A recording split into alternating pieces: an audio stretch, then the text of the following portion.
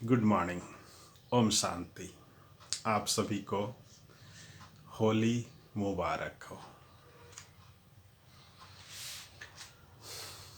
हम सभी का जो मान्यताएं हैं वो कितना मजबूत है,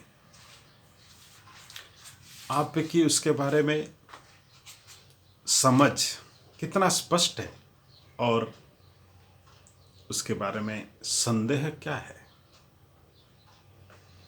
मैं आपको इन मान्यताओं में समझ में एक प्रश्न पूछता हूं और उसके ऊपर कुछ विचार रखता हूं।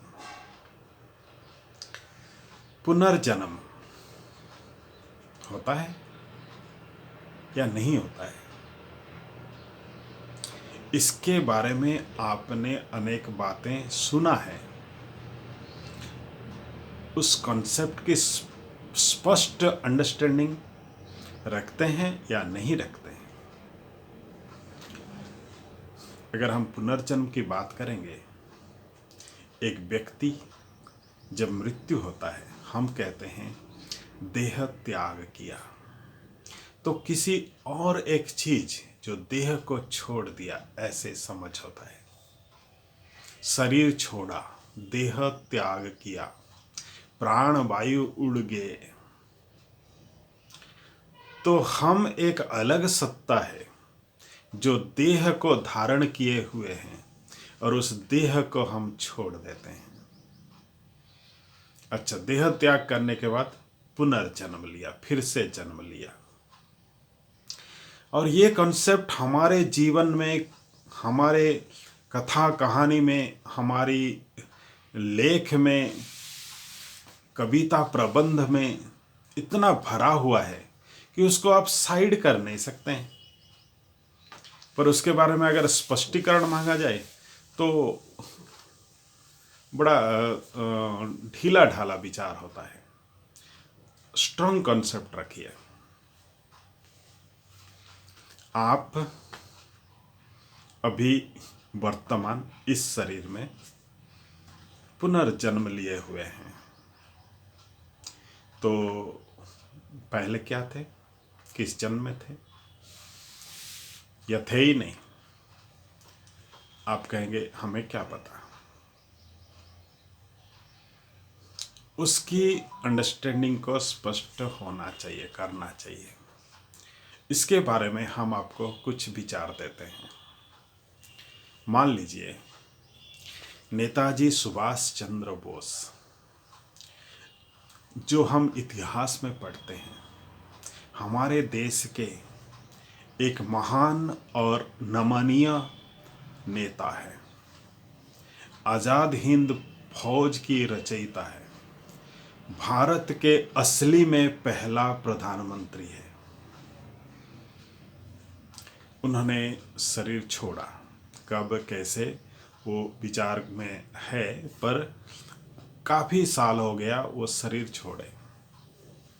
फिर क्या हुआ, अगर हम सोचेंगे, अगर हम इस बात को कुछ विजुअलाइज करते हैं कि वो फिर से जन्म लिए। अगर वो भारत में जन्म लिए या दूसरे देश में कहीं भी जन्म लिए, बड़े होंगे, 5 साल हुआ, 10 साल हुआ, स्कूलों में पढ़ाई करेंगे और उन पढ़ाई में नेताजी सुभाष चंद्र बोस नाम से कोई व्यक्ति था और उसके इतिहास को पढ़ेंगे। ऐसे ही आप महात्मा गांधी की बात लीजिए। महात्मा गांधी 1948 में जनवरी 30 को शरीर छोड़े। फिर उनके बारे में ऐसे ही सोचिए, पुनर्जन्म। आप इस कॉन्सेप्ट को कितना स्ट्रांगली मानते हैं उसी के अनुसार विचार कीजिए। वो फिर से जन्म लिए, भारत में जन्म लिए, तो बच्चा होकर के बड़े हुए, 6 साल बीत गया, फिर स्कूलों में गए, पढ़ाई किया, अ आ क ख A B C D. Class 1, class 2, class 3 पढ़ते गए। और जब ऊंचा क्लास में आए तो उन्होंने वही पढ़ा कि महात्मा गांधी देश को स्वाधीन किए, अंग्रेजों से मुक्त कराए, या ऐसे ऐसे लड़ा था। जब वो खुद महात्मा गांधी के बारे में पढ़ेंगे तो उनका सोच क्या होगा। अक्टूबर 2 तारीख आ गया, गांधी जयंती का दिन आ गया। स्कूल में उसको मनाया गया, भाषण प्रतियोगिता रखा गया, ऐसे कंपटीशन रखा गया, उसमें वो भाग लिए। महात्मा गांधी का फोटो रखा हुआ है कहीं किसी स्थान पर, उसमें फूल माला चढ़ाए, नमन किया और अच्छा स्पीच दिया। वो स्वयं को एक दूसरे शरीर में, दूसरे नाम में, दूसरे रूप में समझेंगे और स्वयं को वही व्यक्ति नहीं समझेंगे। मैंने ही ऐसे किया था, ऐसे नहीं सोचेंगे। संस्कारों की समीपता, संस्कारों की समानता होने के कारण प्रेरणा आएगा, मैं भी ऐसे करूं, मैं भी ऐसे बनूं। ये भाव जागृत होगा, बहुत सम्मान जागृत होगा। परंतु स्वयं ही ऐसे किया था, ऐसे वो रियलाइज नहीं कर सकते, क्योंकि वो मेमोरी का स्ट्रिप ब्लॉक हो गया। पीछे की जो घटनाएं हैं वो मेमोरी से आउट हो गया, एक दूसरे शरीर में आ गए। तो महात्मा गांधी, सुभाष चंद्र बोस अभी कहाँ है। 50 साल की बात हुआ है, चलो 100 साल के अंदर की ले लो, अभी कहाँ है। अगर हम पुनर्जन्म की बात लेते हैं, शरीर छोड़ने के बाद फिर दोबारा जन्म लिया जाता है, तो हम आपको बताएंगे कि आप जिन जिन व्यक्तियों की, महान व्यक्ति की कहानी पुस्तक में पढ़ रहे हैं, वो सभी वर्तमान इस धरती पर किसी दूसरे नाम में, दूसरे रूप में अपना किरदार, अपना रोल कर रहे हैं। वो स्वयं को ऐसे नहीं समझते, हम स्वयं को ऐसे नहीं समझते। उनको महापुरुष समझते हैं, महान व्यक्ति समझते हैं, हम नमन करते हैं, हम उनकी महिमा गान करते हैं, हम उनसे प्रेरणा लेते हैं, शिक्षा लेते हैं, पर हम अपने को दूसरा समझते हैं। हो सकता है कि उनमें से आप कोई होंगे। हाँ, उसका उल्टा भी, जो जो नेगेटिव कहानियां वर्णन किया गया है भारत के लिए, खासकर मान लिया जाए जयचंद्र राजा, या ऐसे जो भी विद्रोही का रूप, धोखे देने वाला रूप, या देश को आक्रमण करने वाले जो व्यक्तियों की नाम आता है, वो सभी भी अभी यहाँ पर किसी ना किसी जन्म में, किसी ना किसी नाम रूप में अपना अपना रोल कर रहे हैं। तो इतिहास की वो कैरेक्टर निभाने वाले सब अभी यहाँ पर ही है।